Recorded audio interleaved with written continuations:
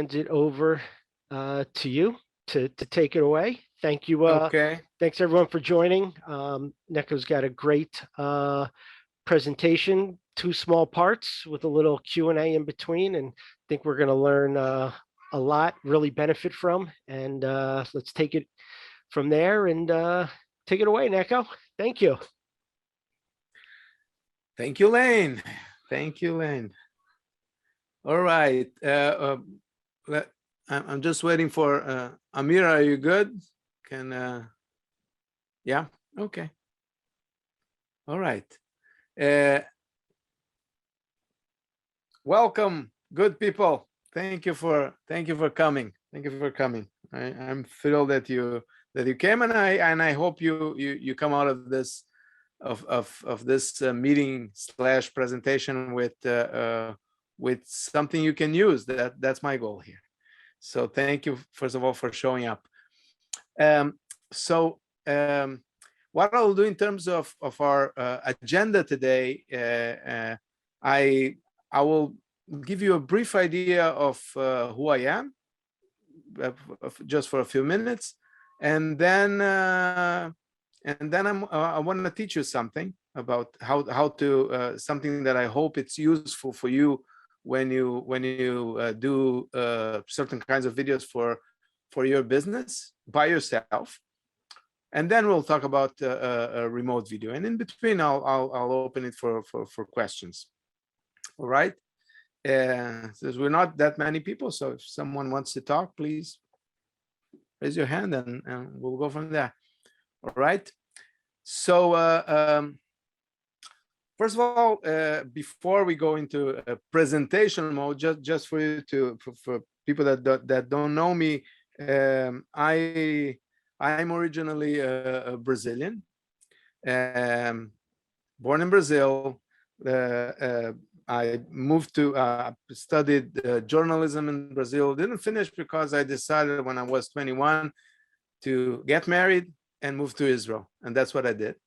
And I moved to Israel. I lived in Israel for 23 years. That's where my two children, my daughter and my son, were born.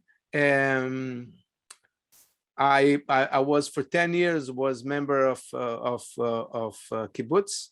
If you're not familiar with what a kibbutz is I would say a community, Zionist socialist community where people used not to have private property. Today it's different. It's more like a cooperative. But I lived in a kibbutz for 10 years. I worked in agriculture, but I got bored and I went back to film school when I was 28, and I finished film school in Tel Aviv University, and then I started working in television. I was lucky enough to graduate exactly when cable television started in Israel. So I started working in cable television in Israel, and I worked as a freelancer for 14 years as a editor, and then as a director and editor.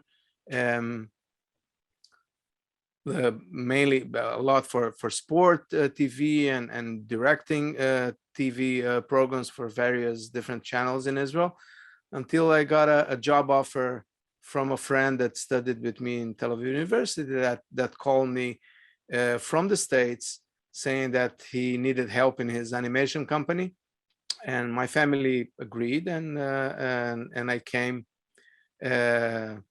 to be a creative director in this company, and that was in 2004. Since then, I've been here, and in 2008, after the crisis, I lost my job, like many people, and I went back to working by myself.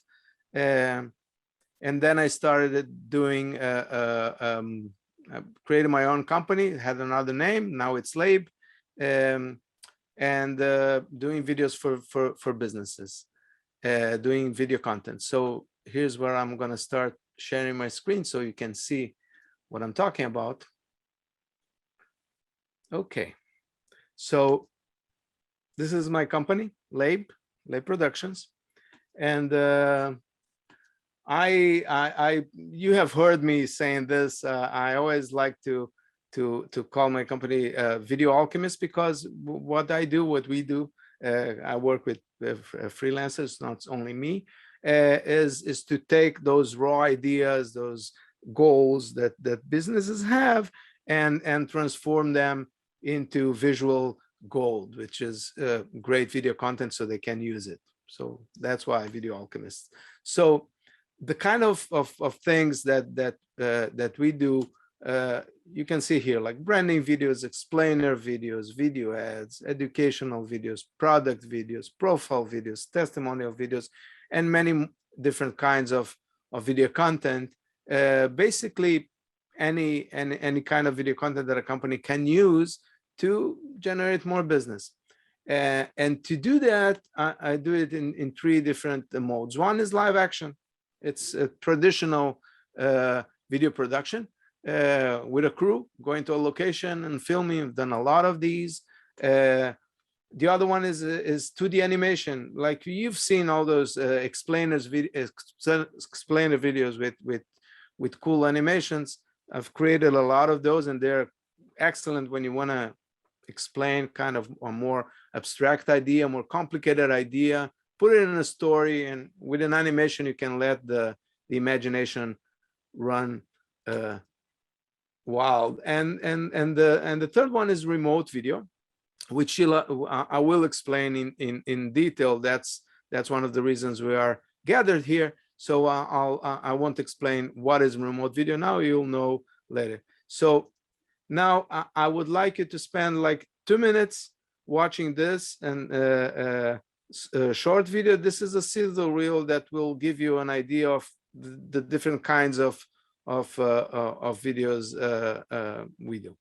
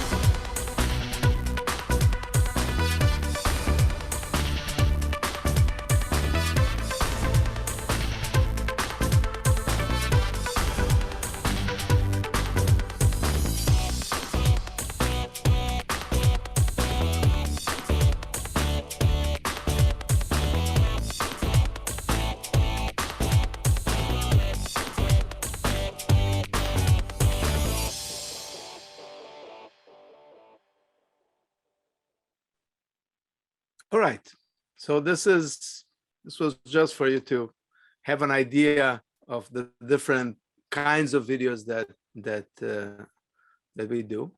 And now I would like to teach you something, if you will. All right, so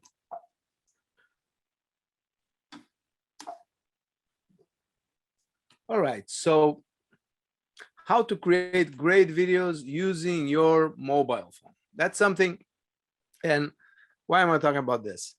Well, there are many certain kinds of videos that I would say any business should hire a professional to do. It's like you know, if you have a storefront and you want to have a nice sign in front of your shop, you can buy paint and a brush, but if you're not an artist, it's not going to look very good.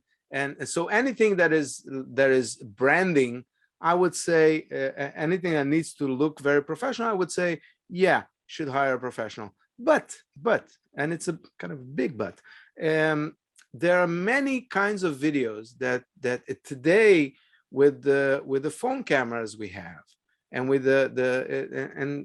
some basic editing tools that even free that are out there, there are lots of kinds of videos that a business can create itself. Um, you know, video blogs or easy how-to videos. And you know, I'm bringing this up because I would recommend to any business to you know, we're in the age of content marketing, and the more content, the more good content you put out there on the internet, the more traffic you'll have to your website, the more interest you have in what you do, and the more business you'll have. And undoubtedly, video content is one of the most consumed, and is take into account Google owns YouTube. They give preference to YouTube videos, and if you post YouTube videos, you have a YouTube channel, there's a whole, and I won't talk about this today, SEO, search engine optimization, that you can optimize videos for them to be found. And just give you a quick example. I have a new website for Leib Productions. Doesn't have much prominence right now, but the videos that I put on the YouTube channel are already being found on Google. So remember that creating videos is good for your business. So how can you create? So I want to give you a few basic rules that will help you create better looking, better sounding videos. So and I'm referring to something like this. I'll play this for a few seconds. This is a video I created last year for an event. This woman was presenting something that was part of a virtual event, but if you can see, it looks pretty good. This was shot with her phone. I was recording her on the other side. I'll just play for a few seconds. Good evening, everyone. My name is Neco Turkienicz. I'm an associate at the Carlyle Group and a proud member of the VLP family. I'm so excited to be here celebrating our fantastic honor. So it is possible to create good-looking videos using your phone, but a few things you have to remember. First of all, equipment. Always don't do handheld, please. It's unless you have a very steady hand. And I, as a shooter, I do have a steady hand, but I always prefer to use a tripod. Tripods for the phone are pretty cheap. It's like for $20 you can have or less. You can have a good tripod. So you know, it's worth it. You should do it. Now the other thing is a microphone. And why a microphone? The iPhones or Androids, they have great cameras. The audio is not so great, and that's for a reason. They usually, you know, if you know a little bit about microphones, they can be wide or they can be narrow, you know, and the wider they are, the more noise they capture.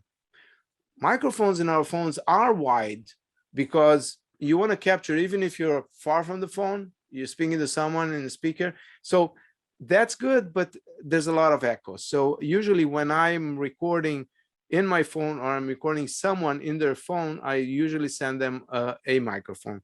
And those kinds of lapel microphones are pretty cheap as well. So tripod, microphone. The next thing is phone orientation. That might sound obvious, but I've seen many people that don't know that. So please remember that always, if you want to use the video afterwards, always shoot on horizontal, because you know, the usual proportion of a video on YouTube or everywhere on your television, it's 16:9, 16 wide, 9 height. And now videos on, for example, on LinkedIn are square videos. Videos on Instagram are square videos. But if you take a vertical video and you post it on YouTube, it will have those two black parts on the side, won't look good. So you can convert a horizontal video into a vertical video because you cut it, or a square video. You can't do the other way. So my recommendation is always shoot horizontal, and if you want to post on On Instagram, you'll cut the sides of the video and it will be square. All right. So horizontal. Next, location. Let's talk a little bit about location. So first of all, always be mindful of the noise. Find a quiet place. No dogs, no children, or in the office, not people talking. Find a quiet place. Noise permeates. Now I'll show. Choose a well-lit location. I will play this. This is a video of me talking. I just said because I give a few examples. So please listen. Choose a well-lit location. The location you choose needs to have adequate lighting. It's better if you can find some place where the light source is directly in front of you. If not in front of you, side lighting could work, but definitely not from behind and not from directly above you. A great light source is the sun, but never be in direct sunlight. Indirect sunlight from a window can provide great lighting, but make sure you're not too close to the window. Being at least 4 feet from the window should work. What you don't want to do is for the window to be behind you. That will make you look like a silhouette. All right. This guy talks too much, but we'll continue with him. Background and attire. Background. Now hopefully you have found a location that doesn't have you right in front of a wall or a blank wall. The more space between you and the background, the better. Also, try to choose a background that is not too busy with too many colors. As a test, turn on your phone and choose your video app, your camera. Set it to selfie mode so it's filming you, and take notice of what is behind you in the shot. Just rotating the camera and you moving a few inches to the right or left can make a huge difference. So take a minute to frame the shot in a way that minimizes anything you find distracting behind you. Tidy up. Whatever background you choose, please tidy it up a bit so the camera doesn't see a messy place behind you. You don't want that. Attire. Dress in a way you feel comfortable, but try to pay attention to colors. You want to pop up from your background. If your background is mainly light wood, for example, you should avoid using a brown suit that will blend into the background color. All right. As I said, enough of this guy. I hope this was clear. Okay. Something else, framing. You know, people know me. I'm always telling people, well, headroom. What is headroom? You know, it's the space above your head.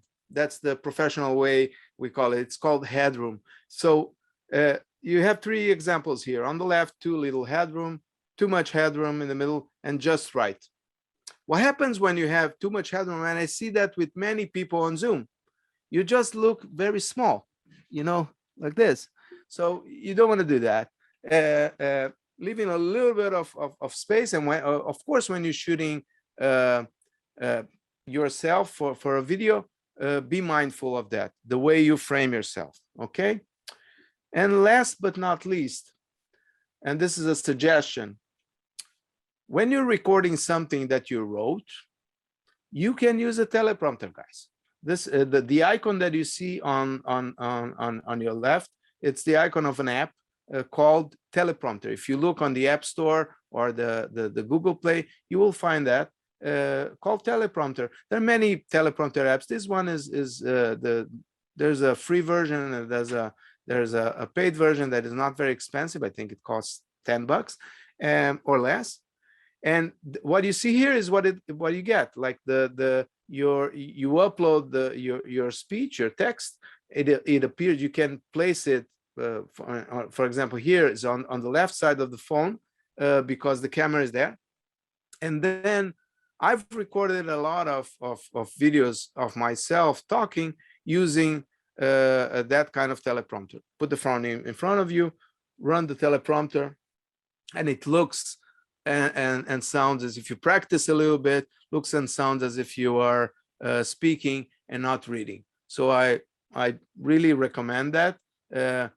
What you don't want to do is like you look into the camera, look into the side, look into the camera, doesn't look good. Okay, I'll stop sharing my screen now. and I'll stop for questions, guys. If you have questions, please. I got one. Go ahead, Fred.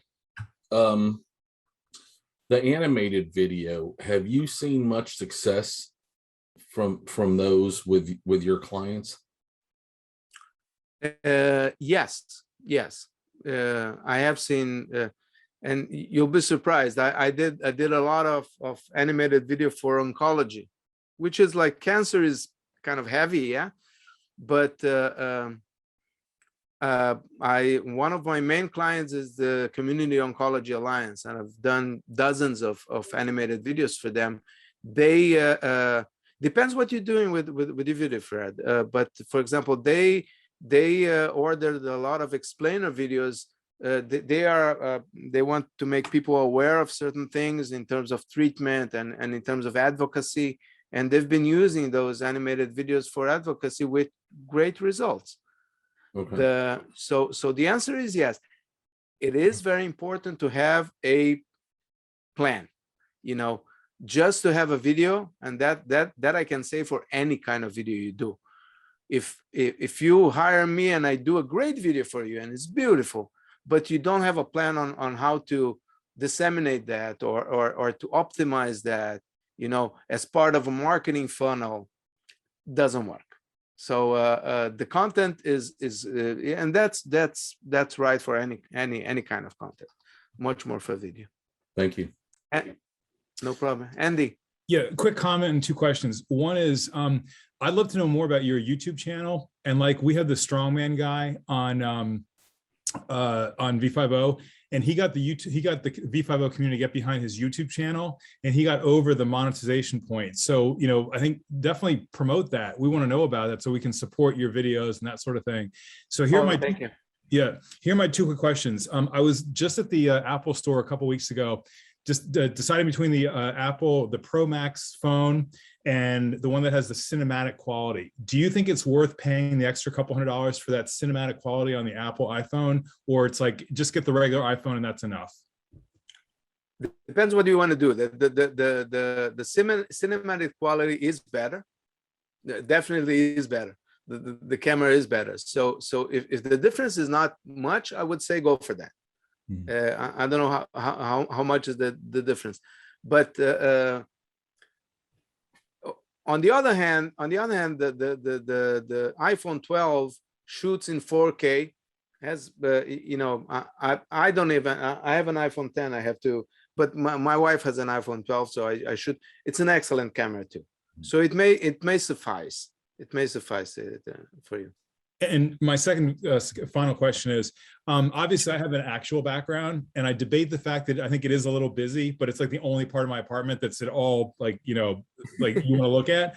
I will confess that I love your virtual background, but I find that with a lot of presentations, when they have virtual backgrounds, when they move their hands, you see that kind of black splash go with it, and they kind of go in and out.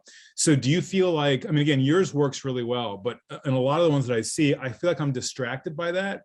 Is it worth should I just improve my real background, or just get a better, virtual background that I just haven't tried yet or something?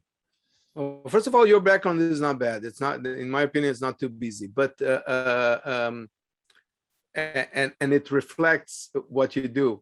Mm-hmm. Now, virtual background for it to, you see my hands, they don't have that black thing, and the reason is very simple. I have a green screen.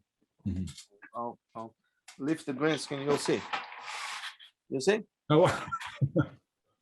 Yeah. So yeah, just show you my office. So I have a green screen.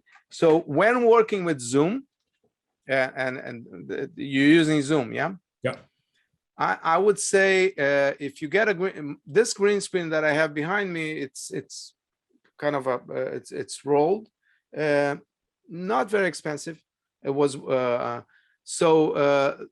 if you use a green screen and you tell Zoom that you're using a green screen, it cuts much better.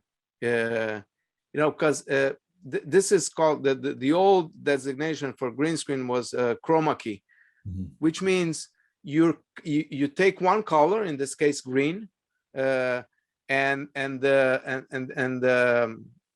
the program doesn't see the green. It's vacant. So instead of the green, you can put whatever you want.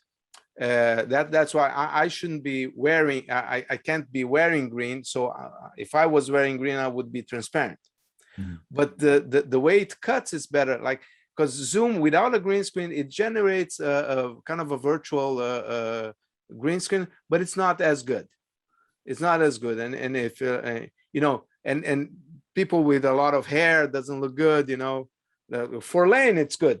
Yeah. You don't you see, but well, the hands. So that's what I would say. If you want to use a virtual background, get a green screen, one that you can stretch well, that it catches. Take into account that your camera is wide angle, so it has to be wide enough and tall enough to, and it has to be well lit.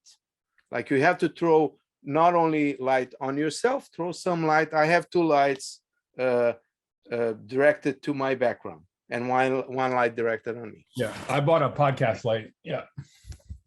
Yeah, so that's good. You are well lit, but if you put a green screen, you should lit your background as well, and then it will work. Great. Thank you. No problem. My pleasure. And any other questions, people? Yeah, I've got just one more. So you said get a green screen even though you're using the Zoom virtual background? Well, if you get a green screen, it will just look better. With the virtual background that Zoom. Yeah, there's a little button in Zoom when you open the camera, when you go to choose virtual background. If you check that, you know, next, you know where the menu is. Yes. So when you open that menu and you will see there's a little checkbox that says I have a green screen. Okay. When you check that, you're telling Zoom that they should consider that, and then you sample the green that you have, and it will cut it. So yeah, that's the way it works. And very quickly, does that work with Teams and WebEx? Or just Zoom? I'm talking about Zoom. I have less experience with Teams, but probably it's the same. It is the same. And I would recommend anybody that works from home a lot to get a green screen. As you know, Neco's mentioning, I have a background but no green screen. I've struggled because I have an ultra high def wide angle camera, so my green screen needs to be like 8 feet wide to cover. But you can see how it's not great, but with a green screen you wouldn't see any of that, and it would be, you know, 10 times clearer. Yeah, you see the Lane's headset keeps disappearing. Yeah, you see it here. Yeah, exactly. Yeah. Yep. I was tired of Neco, looking at I my have a couch. question. Yes, Amir. I thought that maybe you did. I thought that in this video you were going to present to us video testimonials. I will. I just okay, did. good. I will. Yeah. So I came in for the right show. Let's do it. You did. Yeah, no, it's a good segue. Thank you, Amir. Yes, I just wanted to bring you something that you guys can do yourself before I go into remote testimonials, which is something that is very interesting, but it's not something that you can do yourselves. So yes, if there's no other questions about the first part of the presentation, I will go on to talk about remote video. So Thanks, Neco. okay, so let's go back to sharing my screen. All right. Okay. So for Amir, what is remote video? Okay. So remote video is high quality video filmed using a platform that uses a person's iPhone or webcam. It's a professional platform that I use called OpenReel. Doesn't work with Android phones, unfortunately, for technical reasons. It does work with webcams. it records video in high definition. So if I'm filming someone using that platform and that someone is using an iPhone, it's as if they were recording themselves. It does not record over the internet, like recording a Zoom. For you to understand the difference, recording a Zoom conversation, it depends on the bandwidth of all sides, and it's low quality. So I never, for something that I'm doing for a client, I will never record on Zoom because the quality is low. This platform allows me to record, like if I'm recording someone with a webcam, it will record in their computer, and then I upload it to the cloud, the original footage, and we'll edit that. Okay, you can film from anywhere. I've recorded people all over the world actually using this system, and it always looks crisp and clear. Another thing is, I can improve the camera quality because and do not misunderstand me. I have no control over the phone of anyone. This company that create this platform, they are very serious about security.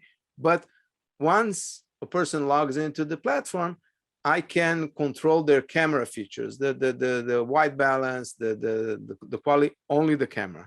But those are things that a person usually don't know. They don't know about. Everybody can control these features in their camera. Most people don't know about that. And it's not only the technical thing. The remote video includes that platform, wonderful platform that I use that gives me the possibility of recording video in very high quality. But the professional part is that on the other side, you have a professional. You don't have a videographer, but you have a professional director helping you to make it look right. All right. And another thing, stakeholders collaboration. In that platform, many times I'm working for companies that they want me to interview someone, but they want to be present there. So I can have different people present in the session if it's needed. So, and I've done a lot of that. All right. And the last thing about this platform, it has a built-in teleprompter, which is cool. And just this morning, I recorded a lady that was one of the companies that I work with a lot is a company that does virtual events. I usually don't organize virtual events. I help in Zoom events, but virtual events, and you all have been in virtual events, are those events that look better with two cameras and that is a little bit more sophisticated, not something that I do, but I work with companies that do that. And many times they use pre-recorded videos. And today, and don't know if you're aware of that, but many of the events you participate today online have some pre-recorded videos. So that's what I do. I record those pre-recorded videos. Usually people come to me with a 5-minute speech. They give me their speech. I put it on the teleprompter. I record it with them looking at the camera and reading and coaching them. You might think that it's easy to use a teleprompter. Take some practice. Like that's when you see a news anchor, you should know that they've worked a lot to get, because they're reading all the time, but it doesn't seem like they're reading. They're looking at the teleprompter. So I, as a director, I provide guidance and coaching, and usually a few takes until we have a good thing. All right, so different types of remote that can be done. First of all, I'll start with the more complicated. Remote video is great for recording people talking, but not only. And what I want to show a few seconds, we won't spend too much on this. This is a video I did for an animal hospital up in Ballstone Spa, which is close to Saratoga Springs, and never went there. But they wanted to do a video that showed the hospital. It's a recruiting video.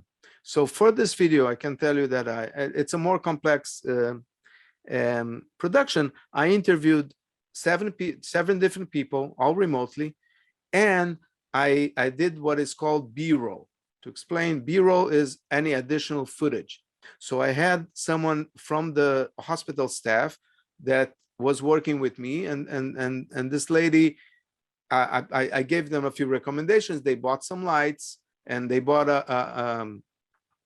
one of those stabilizers for the phone that doesn't cost more than $100, but it's very good because then you can move with the phone and it stays steady. So they bought one of this, and this woman shot under my direction. So they didn't have a professional videographer. They did have a professional director on the other side. So I'll show you for a few seconds how it looks. The Ballston Spa Animal Hospital has been in the village of Ballston Spa since the 1930s. My husband and I bought the hospital in 2004. What you can expect here is a sense of camaraderie. I think that our group works really well together, and what I love is that there are no egos. The really terrific thing about working here is that we are a team of really highly trained professionals. So not only do we have excellent doctors. Okay, so as you can see, everything you see in this video, and I made two like this, was shot with a phone, remotely, without me ever going there. I want to go there. It's a beautiful place, but never went there. So it's possible to do more complex productions, and they like a branding video. And it does look good. I will never, and you'll never get from me that it looks exactly like as if you had a crew, but it looks pretty good, darn good. So it looks pretty good, and budget-wise, of course, I think it's obvious. It costs much less. If I had to take a crew, go up to Ballston Spa, and shoot everything, and in terms of logistics. This was shot over, I can say, over 2 weeks, because it's disruptive when you have a business and you hire a video company to come. It is disruptive. They will come, they will spend, because you want to do everything in one day. Otherwise, it costs you too much. But when you're doing it remotely, you can do it like I did, one interview here, one interview there, For me, it didn't make a difference because I'm here remotely, and for them it was much easier. And of course, the budget. Let's say if I did this the traditional way, it would cost like $6,000-7,000. This one costs less than $3,000. So just for you to have a. All right, now the most, and what Amir asked, the most usual use for remote videos is the remote testimonial video. I have several clients that have hired me to interview their clients. And usually, let me show you a little bit one of those.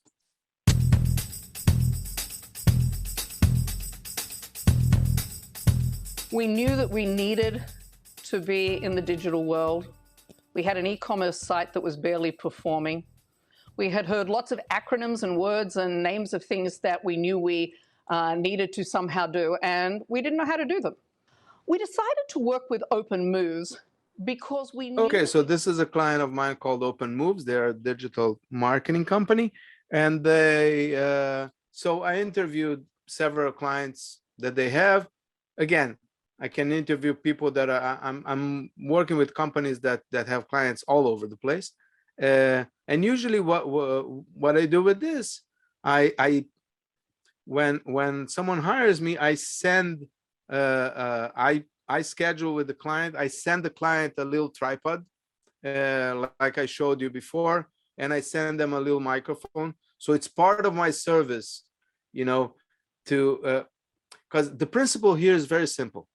When you when you as a business owner ask your client to give you a testimonial, they're doing you a favor.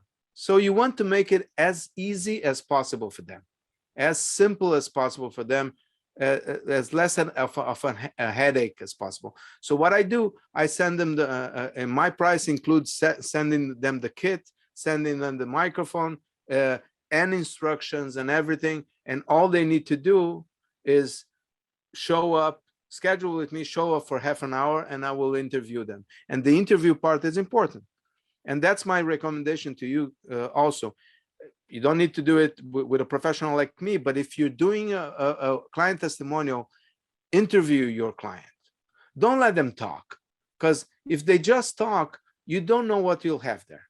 You really don't know what you'll have there. But if you ask them questions and you plan your questions in a way that what you have to have in mind is what a prospect would ask, FAQ, as we call it. Yeah.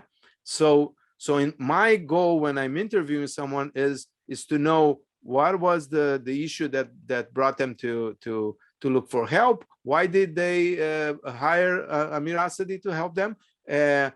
How was the process of working with Amir Asadi? What were the results of working with Amir Asadi? Would they recommend Amir Asadi? That's the basic structure of a testimonial. And and if I just told the Amir's client to record themselves, they would say, "Oh, Amir is such a nice guy. It's such a pleasure to work with him. Very nice." But for a prospect, doesn't say anything. You need to give like useful information to your prospects. Otherwise, your testimonials are not worth it. That's one thing that you can do with remote. Another thing is a profile video, and we've been talking about profile videos for the V5O marketplace. Profile videos is a video that presents you. Can use it on LinkedIn. Let's see. This is a profile video. I'll show a few seconds.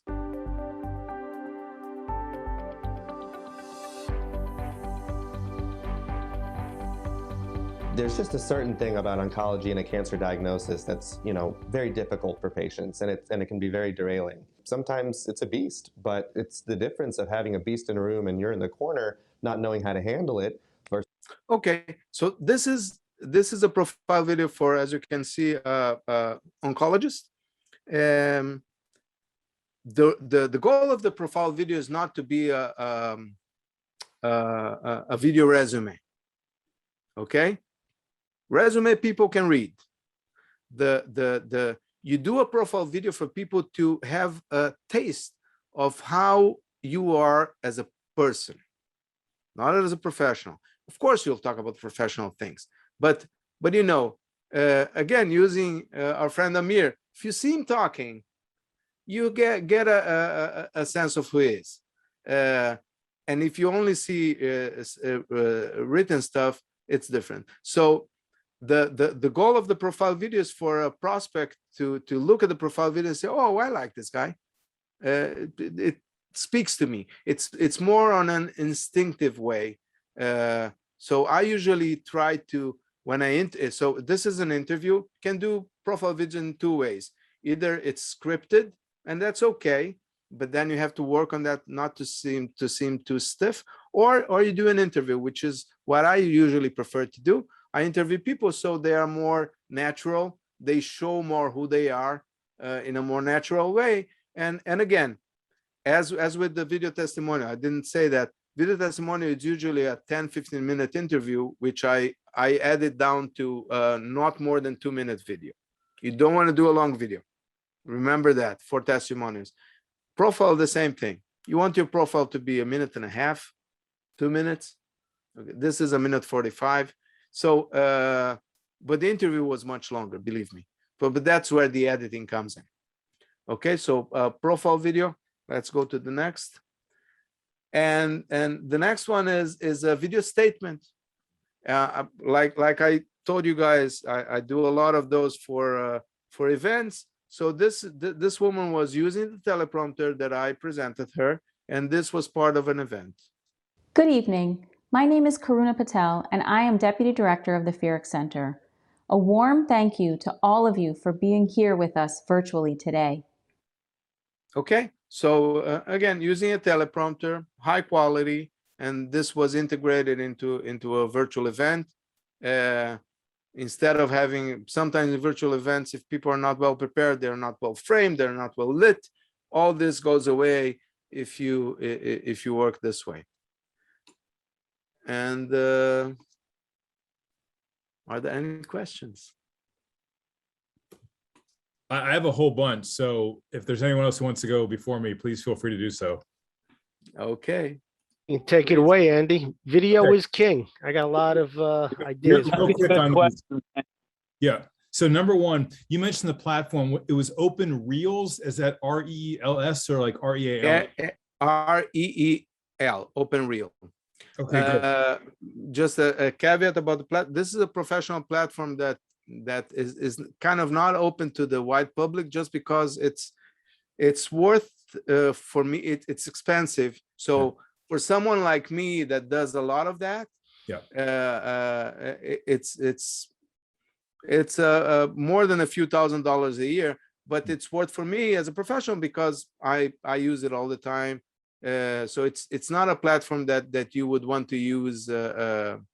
It would be nice if it was cheaper, but it's not. Just a caveat about that. Regarding the teleprompter app, two things. Is there a center feature? Because if it's off to the left or off to the right, you get people kind of looking back and forth. Does it have it so it goes right down the middle?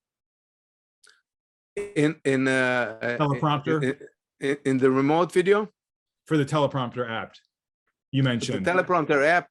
No, the teleprompter app for you to use yourself. No, the thing is, Andy, you see, your phone's camera is not in the middle. Right. Your phone's camera is here. Right. So if you put so you want to put the text more to the side of the camera. So it will never be a professional teleprompter in a studio is kind of a double-sided mirror that stands in front of the lens. Right. Right. Well, until they start doing making phones that have or computers that have their and that would be cool, that have the camera right in the middle of the screen. Any teleprompter app will not be perfect, and they are not. So the best way, so it is better to put it to the side. You don't want to put it in the middle. And related to that, because I've been in studios, there's someone who's rolling the teleprompter, following the anchor, their speed. How does the app know how quickly to go, or does it just go at kind of an average slow speed? Well, the app doesn't know. The app, you set the speed before and you can change it. When you're working like when I'm recording someone with the teleprompter, I am manning the teleprompter on the other side. Okay. And you, one thing you didn't touch on, which I thought you did so beautifully, was the score, meaning the music. Like, people don't pay attention to that, and the chirons, which is the name at the bottom. Is that something that we as kind of civilians can figure out, or is it a little more complicated? Like, where do you get your score and your music? How do you do the chiron? Good question. Well, so when I record, when I record the video, it's, first of all, you need to be able to edit the video. Okay, as I said, those interviews, the remote testimonials, takes like, it's half an hour a session. The interview is like 10 minutes. So you need to be an editor to know how to cut it down. People can do it themselves, but I always say editing is storytelling. So it's not a technical thing. But having said that, the lower thirds, as we call the chiron, as you call, you can buy some templates. It depends on the software you're using. So you have different software that can help. I use After Effects to create my lower thirds for the videos. Because you have an opening, you have a closing. That's usually what I do, and it's something that I do with clients as well. I like, if a client records, that's a service I do many times. I have a client record their video themselves, and then they send me the video, and I package it. Do color correction, put the titles, put the opening, put the close. And final question: drones are the hot thing now. And on Amazon, you can get them for $80. You can get them for $500. So the question is, like, if you get one that's too cheap, it won't be stable, it won't have a good range, all that stuff. Is there kind of a midway price point that you think you should sort of aim for? Because drones are the huge thing. You can do, for that animal hospital, you could, show an above ground shot or whatever. What's your recommendation of a good price point for drones? Okay, so I'll put a caveat there. I'm not a drone specialist, so I will say, those cheap drones are not good, of course, because they're not stable. You want a drone that has a little bit of weight, You know, because otherwise any little wind will make it shake. So, but you do have a middle ground drones. I don't have a specific price that I can tell you. I can send you some recommendations if you want. But again, that's not my specialty. But I can check for you. And he's going to be flying drones all over DC. Be careful. Yes. Be careful. Okay. Any other questions, guys? This was great, Neco. Appreciate it. Really informative. Wrote down a bunch of ideas when I follow up with you on. My pleasure. My pleasure. Thank you. Lane and Neco, thank you very much for this. I think that just a suggestion. You all know that I really truly believe in the power of suggestion, and you just throw it out in the universe, and you never know how it comes back. I'd spoken about the fact that this is a little bit of work for you, Neco, but the month of November is a month of being a month of gratitude for me, and I'm sure it's for many people and you guys as well. It would be so gracious of you, Neco, if you offer to, I shouldn't say that. I should say it this way. It would be great if a member of V5O actually put you, Neco, on display, where you actually did a video testimonial for that person, a profile for that person. And then we just put that on display and show a 15-minute clip that you're putting together for one of the professionals that is in our community. And then that way, not only a picture says 1,000 words, not only that a video says 1.82 million words, however, you will connect with everyone very viscerally as to how it feels. Okay. Oh, that's a good suggestion. I've done a project for one of our members already for Tony Rizzuto. Did an FAQ video for his company with him. So yeah, that is on your website. I did see that. It is on my website, exactly. Oh, and I forgot to say that. So the offer, guys, just so you remember, is I'm offering, and there's no time limit for this offer. I'm offering 20% discount in any of my remote video products. You know, any of those that you saw, a 20% discount for V5O members. So take that into account. Thank you, sir. Thank you. My pleasure. Thank you. Perfect timing. Have a good evening. Take care, everybody. I got to jump on a 5 and see everybody. Thank you. At, Me too. Happy hour. Andy, we'll talk later. Thank you for coming, guys. Thank you for coming. Thank you. Thank you.